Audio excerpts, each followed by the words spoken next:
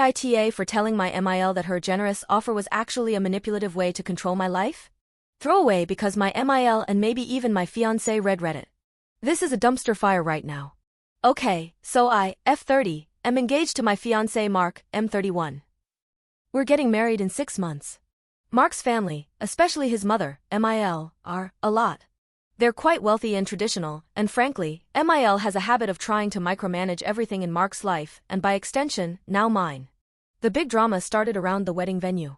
Mark and I found this beautiful, slightly unconventional place that we both absolutely loved. It's an old, restored theater downtown, exposed brick, a bit quirky, totally us. It's also pricey, but within our budget if we make some compromises elsewhere. We were so excited. We told MIL and FIL. FIL was reserved but seemed okay. Mil? She visibly recoiled. Her dream, apparently, was for us to get married at the same exclusive country club she got married at, where all their friends have weddings. She started immediately listing all the problems with the theater venue. Parking will be a nightmare, it's not sophisticated enough. What about the acoustics for the string quartet I was planning?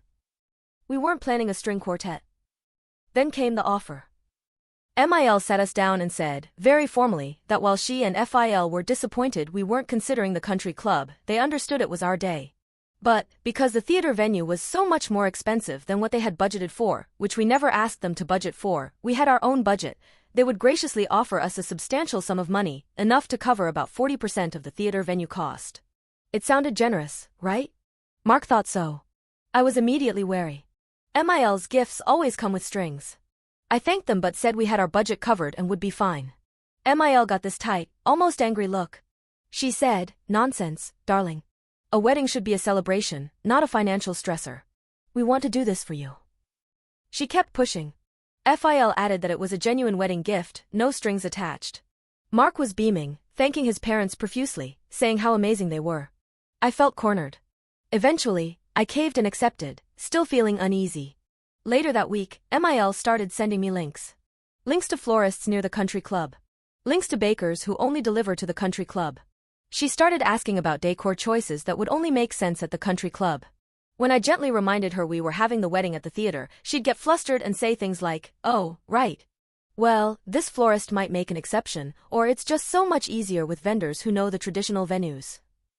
The final straw came last night. We were at their house for dinner. MIL brought up the venue again. She said, now, about the ceremony flow at the theater. I was thinking it might be easier to have the reception at the country club after? Just the reception, you know, for dancing and easier bar service? I snapped. I looked her dead in the eye and said, MIL, with all due respect, this stops now. We chose the theater. We love the theater. Your generous offer wasn't about helping us, it was about buying control over our wedding to force it into being your dream wedding at your preferred venue. You didn't give us that money to help us have our day, you gave it to try and manipulate us into having your day. The table went silent. FIL looked horrified. Mark looked utterly stunned and then furious. MIL's face crumbled.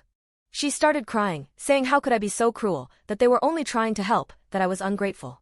Mark jumped up, yelling that I had massively overstepped, insulted his parents, and ruined the evening. He said I was being paranoid and that their offer was genuine and I was just being difficult and unappreciative. We left immediately. Mark is barely speaking to me, saying I owe his mother a huge apology and that if I can't be respectful to his family, maybe we need to rethink things. MIL is apparently distraught. Part of me feels justified because I truly believe her gift was manipulative and a way to leverage control. But another part of me is reeling from the fallout. Did I handle it badly? Should I have just accepted the money and ignored the suggestions? Was I too harsh? AITA for calling out my MIL's offer as manipulative control instead of just accepting it quietly? Update. It has only been 2 days since that dinner, but it feels like everything has unraveled. Mark and I barely spoke after we left his parents' house. I tried to explain where I was coming from again, calmly this time, but he shut down. He said I embarrassed him and hurt his mother. He kept repeating that I was being dramatic and ungrateful. It felt like I was talking to a stranger. Then yesterday, I found out something that broke me. A friend of mine saw Mark having lunch with another woman. At first, I told myself it was probably innocent. I wish it had been. But when I confronted him, he admitted it. He has been seeing someone else. It started a few weeks ago. And the worst part? It was someone his mother introduced him to. Someone from her country club circle. She kept telling him this girl came from a better family and was more compatible with the kind of life they had planned for him.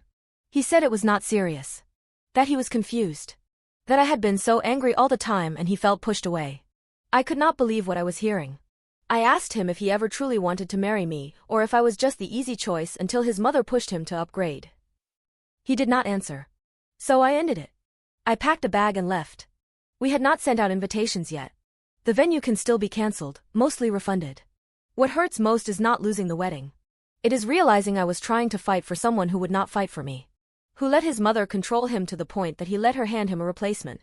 I am heartbroken. Angry. Numb. But somewhere deep down, I also feel relieved. I would rather walk away now than stay and become someone small enough to fit inside their picture-perfect frame. Thank you to everyone who commented before. You helped me see that I was not imagining things. That I was not crazy for wanting to protect the life I was trying to build.